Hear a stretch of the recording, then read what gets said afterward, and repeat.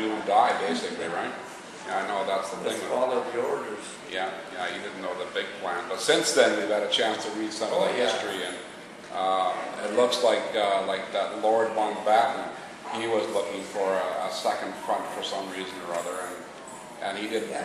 I don't think that he cared as much about the Canadian troops as he should have, because he definitely said you guys weren't bad. A very, very well-known general. Lord Mountbatten. Yeah. He was very, very Scotchman. You liked him? I never met him. No, but you thought highly of him, or?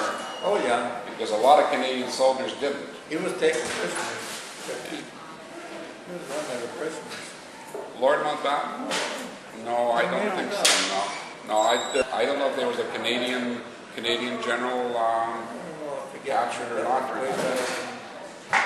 But Lord Mountbatten was the son. He was the originator of the commander rates.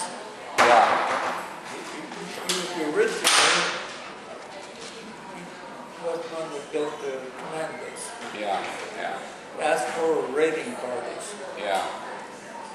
But the commander raids are a smart military thing. But you usually go in with small numbers. You go in with cover of dark. You go in with a simple objective to get something or somebody. One objective too. Yeah, but you don't send in like 4,000 guys into the face of overwhelming odds. Blown up thing should have never been. No, it shouldn't have been. There was never a good reason That's for it. one thing with the special commander landing training. And as a guy goes into the pub and talking what we were doing. And I guess there was people down there who were just talking. Yes, quite likely. They had a plan too. Yeah, that's the other problem. That you guys were in training for so long and going into shore leave so long that quite likely the Germans had a pretty good idea that this is all going to happen. You have to go to Scotland to take the real training. Did you go to Scotland for that training? Yeah. And that's because the beaches were really rocky and... rough beaches. Yeah. But I think by the time you guys did go, I think most of the Canadians were getting really ready to go. Like they were. Oh, they were. They were ready to go. They were happy as hell that they were chosen to do something. To see something that would join the army for. That's right. Yeah. There's a big feeling, I think, at that time that you guys are just sitting around. And they're lucky ones who could rock on the Nazis. I guess that's what I've always said. Pardon me? I said we could outrun the Nazis. Yeah. Like. When you hitchhiked into Winnipeg, did you already know that you were going to join the army at that time? Yeah. No. Yes. Yes, you did. Yeah. The war was on. Yeah, and so you told. Well, I was going to look for a job because. In Winnipeg or something. Seeing that the war was on, there'd be a lot of joining the army and it'd be lots easier to find a job. Yeah, in Winnipeg. So that's what you told your folks. And I came home in uniform. How long were you in Winnipeg before you came back? Everybody got a 48-hour pass to go home and settle anything at home before you got really into the army. So you come home, and what did your dad say? I don't know what it is. But he wasn't was he a happy man or unhappy with you? Oh, he was unhappy. Yeah, because he didn't really think much of fighting European wars, did he? Yeah. What did your mom say? She bawled her eyes out. Yeah, that's a mother thing to do, I guess. Yeah, they said they sat on pins and needles when they heard about the Dieppe raid. Hadn't heard from you, didn't know. At that time, right away, they didn't know really who was in there. No, who was in and who was hurt and who was captured. All they kind of really knew back home was that there's been a pretty big... Tell them that the 6th Brigade or the 5th Brigade, they didn't know what regiment was in. So when you went to the recruiting office, did they ask you questions like, do your parents agree with this, or no? I was in the army then. But when you first went in there to... I went in and signed them. I don't know, I just told them I lied a couple of years. Yeah. And they didn't ask for a birth certificate or anything, huh? No, they didn't. I guess they just, as long as they had a live body, they were happy. They were after, there was PPCI and the Cameron Highlanders both in Winnipeg. And they were both trying to be the first to be full strength. So they could be sending it out, yeah. So after you joined in October or whenever it was, and you came home for a while, how long was it before you were sent overseas? Hell,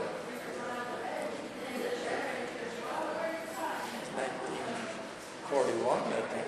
So you spent almost a whole, like a year and a half or so here in Canada after you joined? Chicago, Winnipeg. And the regiment went over. As soon as the war was declared, they were training troops and sending them to England, Yeah, defense of England. yeah. Because I got a medal in there, it's a defense medal, the defense of Great Britain. So when you, I'm trying to get his time on here, so when you went to Shiloh, how long did you stay there? You know, roughly? Months or weeks or days or? Yeah. We went overseas fairly early. When did you arrive in London? What year? 40, I think. 1940? If it was 1940, then it wasn't very long after you joined, really, it'd be months, really. Yeah, it was 42. I was 42, but the Canadian forces were in England for a good couple of years before they went on that raid. Yeah, they were getting fed up with just sitting there. Just sitting there, yeah. We joined the army to fight a war.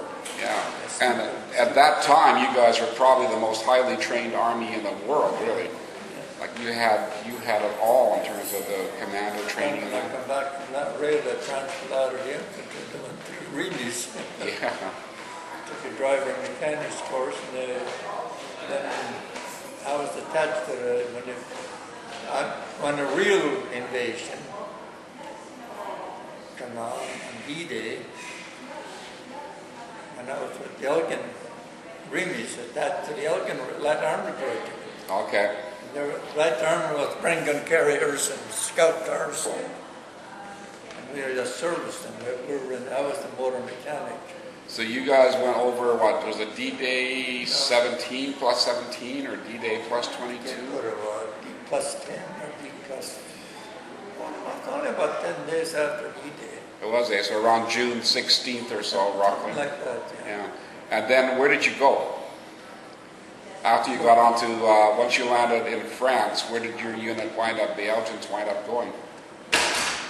Did they go to Holland, Brussels, France? No, France, and the Germans put up a defensive lines, and a strong defense to put up in Holland, because that was next to Germany. Yeah, There's no Canadian forces ever get into Germany. no. But you guys, the Canadian forces liberated a good part of Holland. All of Holland.